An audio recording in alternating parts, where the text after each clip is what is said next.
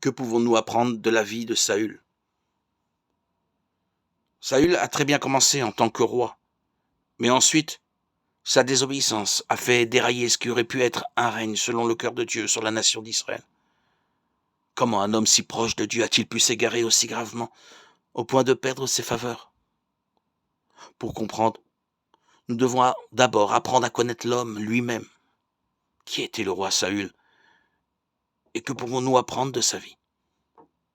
Le nom de Saül, Sheol en hébreu, Shaul, signifie demander. Saül était le fils de Kis, de la tribu de Benjamin. Il était issu d'une famille aisée, 1 Samuel 9:1. Et il était grand et beau. La Bible dit, il avait un fils du nom de Saül, qui était jeune et beau, plus beau que tous les Israélites et qui les dépassait tous d'une tête. 1 Samuel 9:2. Il a été choisi par Dieu pour diriger la nation d'Israël, qui était auparavant constituée de tribus hétéroclites, sans autorité centrale, autre que celle de Dieu et sans gouvernement officiel. Par temps de crise, un chef se levait, mais sans jamais consolider son pouvoir, au point d'unir les 12 tribus en une seule nation. Au cours des années précédant le début du règne de Saül, le prophète Samuel était le guide spirituel d'Israël, sans toutefois en être le roi.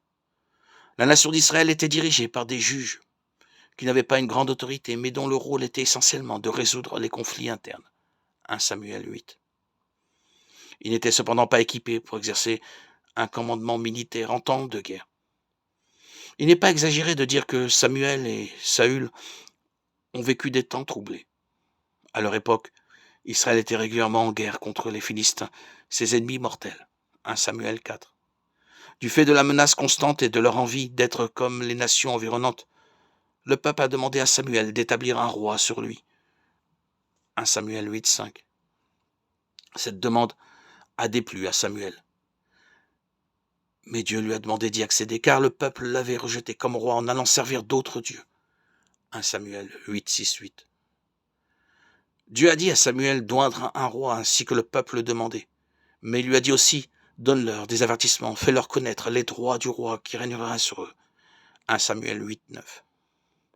Samuel avait donc pour mission d'oindre un roi issu du peuple, et c'est ainsi que Saül a été secrètement roi, comme le premier roi de toutes les tribus d'Israël.